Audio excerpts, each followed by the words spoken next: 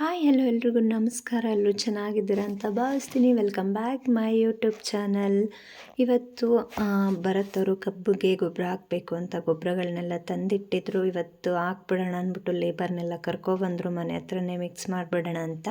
ಇನ್ನು ಗದ್ದೆ ಹತ್ರ ಮಿಕ್ಸ್ ಮಾಡೋಕ್ಕೆ ಹೋದರೆ ಗದ್ದೆಯಲ್ಲಿ ಫ್ರೀಯಾಗಿ ಮಿಕ್ಸ್ ಮಾಡೋಕ್ಕೂ ಆಗೋಲ್ಲ. ಇನ್ನು ರೋಡಲ್ಲಿ ಮಾಡ್ತೀನಿ ಅಂದರೆ ಗಾಡಿಗಳಿಗೆಲ್ಲ ತೊಂದರೆ ಆಗುತ್ತೆ, ವೆಹಿಕಲ್ಸ್ಗೆಲ್ಲ ಅಂತ ಮನೆ ಹತ್ರನೇ ನೀಟಾಗಿ ಮಿಕ್ಸ್ ಮಾಡಿಕೊಂಡು ಎಲ್ಲನೂ ಟಾರ್ಪಲ್ ಹಾಕಿ ನೀಟಾಗಿ ಎಲ್ಲ ಗೊಬ್ಬರಗಳನ್ನೂ ಹಾಕಿ ನೀಟಾಗಿ ಮಿಕ್ಸ್ ಮಾಡ್ಕೋತಾ ಇದ್ದರು. ಎಷ್ಟೆಷ್ಟು ಬೇಕೋ ಅಷ್ಟಷ್ಟನ್ನ ಹಾಕಿ ಅದರಲ್ಲಿ ಅರ್ಧ ಮೂಟೆ ಹಾಕ್ಕೊಂಡು ಹೋಗ್ಬಿಡೋಣ ಅಂತ ಮನೆ ಹತ್ರನೇ ಮಾಡ್ತಾ ಇದ್ದರು. ನೀಟಾಗಿ ಎಲ್ಲ ಗೊಬ್ಬರಗಳನ್ನೂ ಹಾಕಿ ಒಂದು 4-5 ಥರ ಗೊಬ್ಬರಗಳೇ ಇತ್ತು. ನನಗೆ ಅಷ್ಟೊಂದು ಹೆಸ್ರುಗಳು ಗೊತ್ತಿಲ್ಲ, ಇವರ ಹೆಸ್ರು ಗೊಬ್ಬರಗಳದ್ದು. ನೀಟಾಗಿ ಮಿಕ್ಸ್ ಮಾಡ್ತಾ ಇದ್ದರು. ಇವಾಗೆಲ್ಲನೂ ಮಿಕ್ಸ್ ಮಾಡಿಕೊಂಡು ಈ ಥರ ಕಲಿಸ್ತಾಯಿದ್ರು. ಇಲ್ಲೇ ಮನೆ ಹತ್ರನೇ ನೀಟಾಗಿ ಕಲಿಸ್ಕೊಂಡು ಮೂಟೆಗೆ ಹಾಕ್ಕೊಂಡು ತೊಗೊಂಡು ಹೋದರು. ಇನ್ನು ನಾನು ಅವ್ರಿಗೆ ಅಡುಗೆ ಮಾಡಿಬಿಡೋಣ ಅಂದ್ಬಿಟ್ಟು ಅನ್ನ ಸಾಂಬಾರು ಮುದ್ದೆ ಮಾಡ್ಕೊಳ್ಳೋಣ ಅಂತ ಮಾಡ್ತಾಯಿದ್ದೆ. ತಿಂಡಿ ಮಾಡಲ ಅಂತ ಕೇಳಿದ್ದಕ್ಕೆ ಬೇಡ, ಇವತ್ತು ಸ್ವಲ್ಪ ಬಿಸಿಲೈತೆ, ಅನ್ನ ಸಾರು ಮುದ್ದೆನೇ ಕೊಡಿ ಅಂತ ಕೇಳಿದ್ರು. ಸರಿ ಅಂತ ನಾನು ಕೂಡ ಅನ್ನ ಸಾಂಬಾರನ್ನೇ ಮಾಡಿಕೊಡೋಣ ಅಂದ್ಬಿಟ್ಟು ಅನ್ನ ಸಾಂಬಾರು ಮುದ್ದೆ ಎಲ್ಲ ರೆಡಿ ಆಯಿತು. ಮುದ್ದೆ ಮಾಡಿಕೊಂಡು ಗದ್ದೆ ಹತ್ರ ಊಟ ಎಲ್ಲ ತೊಗೊಂಡು ಗದ್ದೆ ಹತ್ರಕ್ಕೆ ಬಂದೆ. 4 ಜನ ಉಳ್ತಾಯಿದ್ರು, 4 ಜನ ಗೊಬ್ಬರ ಹಾಕ್ತಾಯಿದ್ರು. ಸಾಲಿಗೆ ಗೊಬ್ಬರ ಹಾಕ್ದಂಗೆ ಉತ್ಕೊಂಡು ಹೋಗ್ತಾಯಿದ್ರು. ಕಳೆದ ಸಲ ಈಗೊಂದು ತಿಂಗಳಿಂದೆ ಯೂರಿಯಾನ ಹಾಕಿದ್ವಿ. ಹಾಕ್ತಿದ್ದಂಗೆ ಮಳೆ ಇಟ್ಕೊಂಡಿತ್ತು. ಕಬ್ಬು ಚೆನ್ನಾಗಿ ಬಂದೈತೆ, ಪೈರೆಲ್ಲ ನೀಟಾಗಿ. ಇವಾಗ ಗೊಬ್ಬರ ಹಾಕ್ತಾಯಿದ್ದೀವಲ್ವ, ಇವಾಗಲೂ ಏನಾದರೂ ನಾಳೆ ನಾಡಿದ್ದು 1-2 ದಿನ ಮಳೆ ಹುಯ್ದರೆ ಕಬ್ಬಿಗೆ ನೀಟಾಗಿ ಗೊಬ್ಬರನೂ ಹಿಡಿಯುತ್ತೆ, ಕಬ್ಬು ಇನ್ನೂ ಚೆನ್ನಾಗಿ ಬೆಳೆಯುತ್ತೆ ಅಂತಲೇ ಹೇಳ್ತೀನಿ. ಪಿಗ್ಗು ಎಲ್ಲ ಹೋಗಿದ್ದು ಅಲ್ವಾ, ಎಲ್ಲೆಲ್ಲಿ ಹೋಗಿತ್ತು ಅದನ್ನು ಒಡನಾಟಿ ಮಾಡಿದ್ರು. ಅವೆಲ್ಲ ಚೆನ್ನಾಗಿ ಇವಾಗ ಉಟ್ಕೊಂಡೈತೆ, ನೀಟಾಗಿ ಬೆಳೀತೈತೆ. ನೋಡೋಣ ಮುಂದಿನ ಫಸಲು ಯಾವ ಥರ ಬರುತ್ತೆ ಅಂತ ಕಷ್ಟಪಟ್ಟೆ ಮಾಡ್ತಾಯಿದ್ದೀವಿ. ಕೆಲವೊಂದು ಸಲ ಇಷ್ಟು ಕಷ್ಟಪಟ್ಟೆಲ್ಲ ಮಾಡಿದ್ರು ಒಳ್ಳೆ ರೈಟ್ ಸಿಗಲ್ಲ ರೈತರಿಗೆ. ಕಬ್ಬಿನ ಬೆಳೆಗಾರರು ಹೋರಾಟನ ಮಾಡ್ತಾ ಇದ್ದಾರೆ ನೋಡಿ. ನಾವಿಷ್ಟೆಲ್ಲ ಕಷ್ಟಪಟ್ಟು ಬೆಳೆದ್ರೂ ಕೂಡ ಸರ್ಕಾರದಿಂದ ಯಾವುದೇ ರೀತಿ ನಮಗೆ ಉಪಯೋಗ ಕೊಡಲ್ಲ. ಒಳ್ಳೆ ಕಬ್ಬಿನ ರೈಟ್ ಅಂತೂ ಕೊಡಲ್ಲ. 3,300 ರೂಪಾಯಿ. 3,300 ರೂಪಾಯಿಲಿ 1 ಮೂಟೆ ಗೊಬ್ಬರ ಬಂದು 1,850ಇಂದ 2,000 ಚಿಲ್ಲರೆ.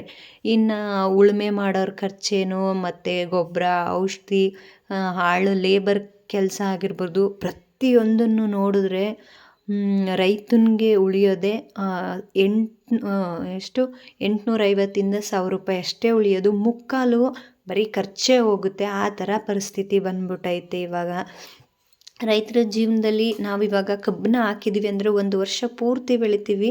ಇದನ್ನು ನಂಬ್ಕೊಂಡು ನಾವೇನೋ ಕನಸುಗಳನ್ನ ಕಟ್ಕೊಂಡಿರ್ತೀವಿ.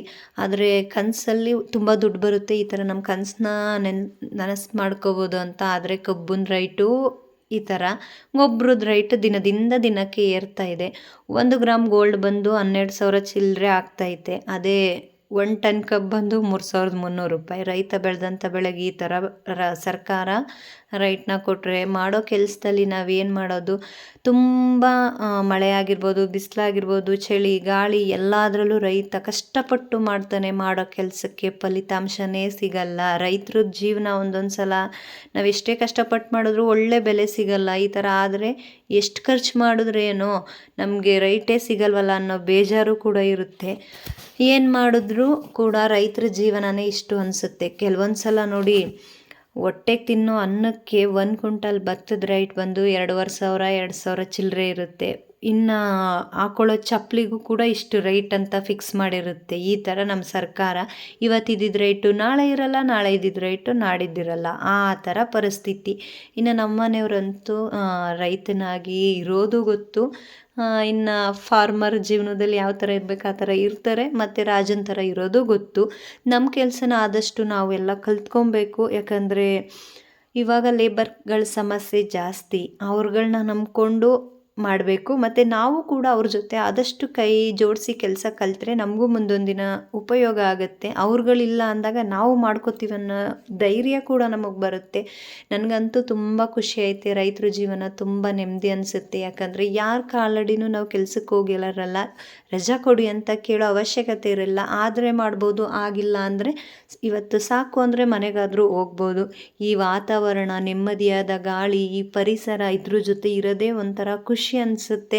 ಇಷ್ಟವಾದ ಎಷ್ಟೇ ಕಷ್ಟ ಇದ್ದರೂ, ಎಷ್ಟೇ ಮನಸ್ಸಲ್ಲಿ ನೋವಿದ್ರೂ ಈ ಥರ ವಾತಾವರಣಕ್ಕೆ ಬಂದರೆ ನೆಮ್ಮದಿ ಅನಿಸುತ್ತೆ. ಈ ಥರ ಪರಿಸರ ನೋಡಿಕೊಂಡು ಹಚ್ಚ ಹಸಿರಿನಿಂದ ತುಂಬಿದ ಈ ಭೂಮಿ ತಾಯಿ ಮಡಿಲಲ್ಲಿ ನಗ್ನಗ್ತಾ ಖುಷಿಯಾಗಿರ್ಬೋದು, ಖುಷಿಯಾಗಿ ಜೀವನನ ಮಾಡ್ಬೋದು, ಕಾಲ ಕಳಿಬೋದು ಅಂತಲೇ ಹೇಳ್ಬೋದು.